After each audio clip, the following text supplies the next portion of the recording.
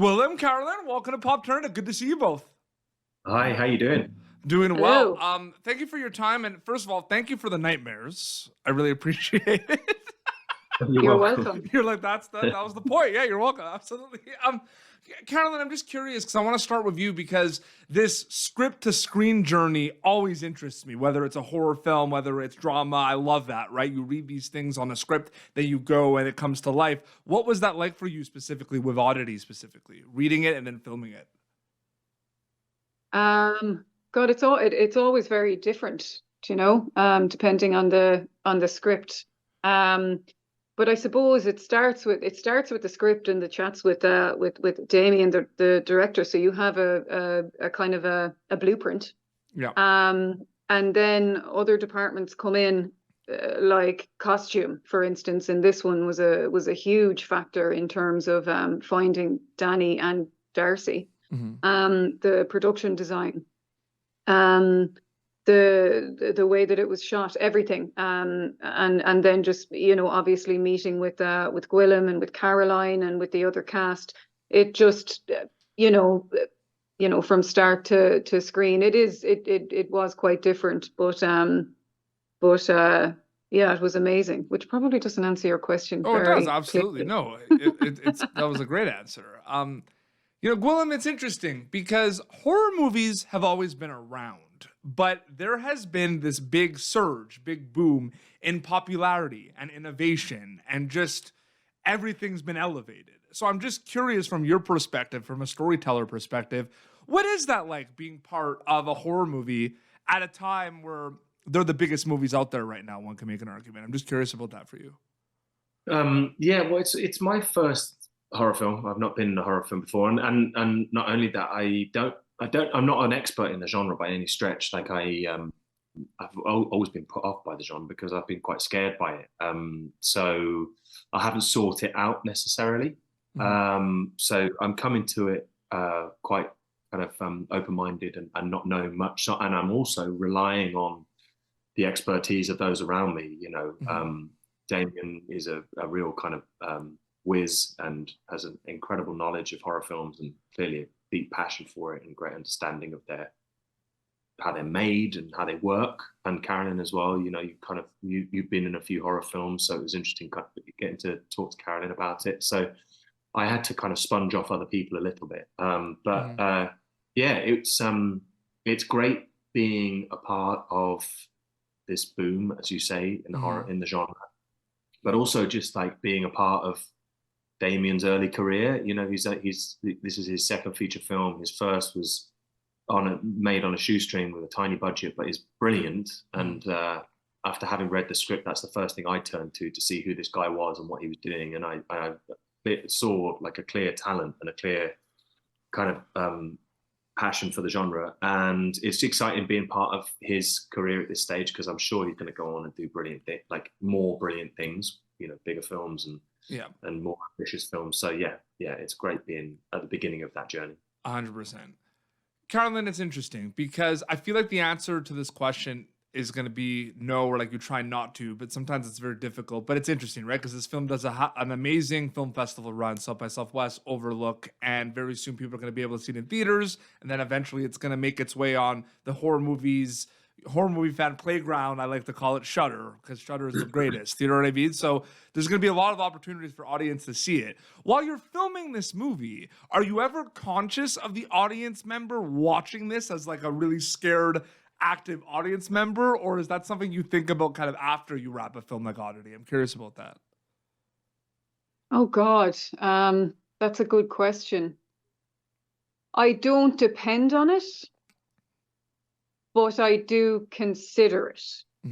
But at the end of the day, performance informs only a very small aspect of what makes a horror a good horror. You know what I mean? So I do what I do without, trying to control it too much because there's so many other factors involved.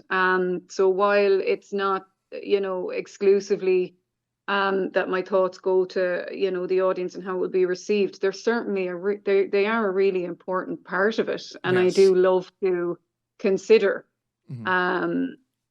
not depend but consider the audience when prepping, performing. But yeah, definitely, they're definitely in there somewhere. 100%. No, absolutely. Gwilym, it's interesting because I'm excited to ask you this now that you said this was your first horror film. Because at the end of the day, it's all storytelling. And I'm just curious, it's like different worlds, different genres. But I'm just curious, like how separate past projects are versus kind of your current projects. Like, for example, do you bring things from Bohemian Rhapsody and The Great to something like Oddity mindset-wise preparation, or are they completely separate and they're just kind of wrapped and they have nothing to do? I'm just curious about that. I suppose everything you're building a body of work, aren't you? And you're building a level of experience as an actor, and that's based on your own approach to the work, but it's based on like witnessing the way other people work as well, and maybe appreciating or admiring something that someone does, and kind of trying it out with your next project. And different projects require different things, and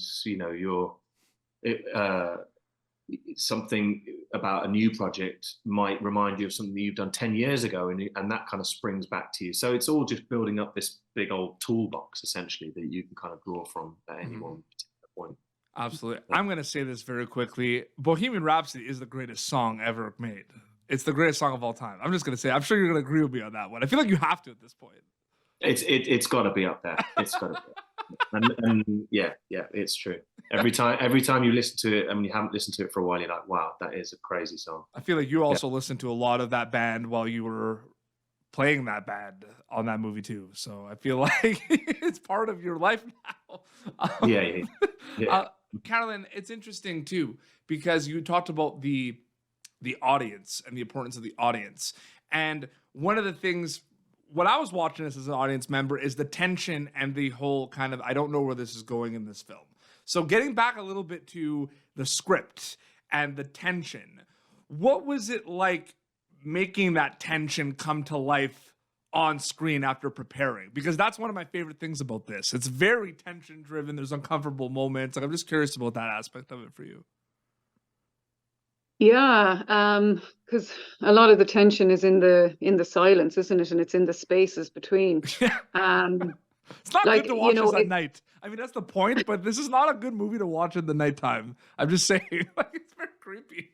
You know what? We were in South by Southwest there earlier this year and got to watch it with an audience, and it was so enjoyable and entertaining, just feeding off the audience and their responses. It was really, really great, and I think that Damian and Colin, the DOP, and then Brian, the editor, and obviously Richard, the composer as well, just did such an amazing job with putting it all together. So I think a lot of that tension is probably created after the fact, but because being on a horror set is actually a lot of fun. Yes. There's a lot of fun between the takes.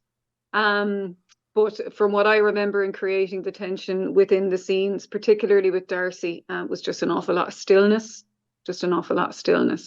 and having fun. In particular, a couple of scenes of just playing with that space, that air in there. No, absolutely. And it's interesting too, Gwilym, because you said it's your first horror film, and I feel like anytime you're on a set, whether you've been on set one time or thousands of times, you're always going to learn something new. This being your first horror film, I feel like the learning experiences from a storytelling perspective didn't stop, right? Is there one on the top of your head that you can share learning experiences-wise for Gwilym Lee on Oddity, considering it was your first horror film from a storytelling perspective? Yeah, there's so much. I mean, yeah, I think Carolyn kind of alluded to it earlier that we're just a part of it. We're just a small part of it, really, and so much of it is done in post-production, in putting this thing together, in kind of drawing out tension. I think Damian and the rest of the team are expert in doing that and show real confidence in crafting that. And so I remember filming the scene at the end of the film, which I don't want to give too much away, but the whole scene is it's the very last sequence of the film, and the whole scene is about building up tension about who's in the room. Is there someone in the room? Is there someone there? Has this object kind of risen someone from the spirits, from the dead or whatever. And it was ultimately about me giving a number of looks and glances and different kind of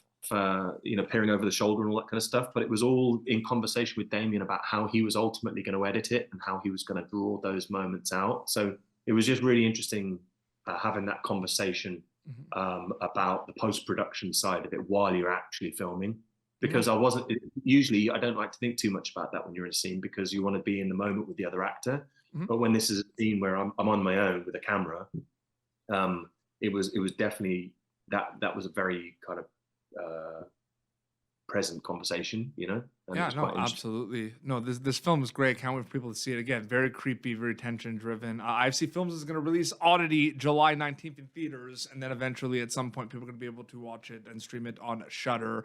Carolyn, Gwilym, it was an honor and privilege to speak with both of you. Thank you so much for your time. Thanks very much. Thanks, Peter. Cheers. Thank you for tuning in to Popternative. Make sure to check out our past episodes of Popternative on YouTube. This has been an Autograph Communications production.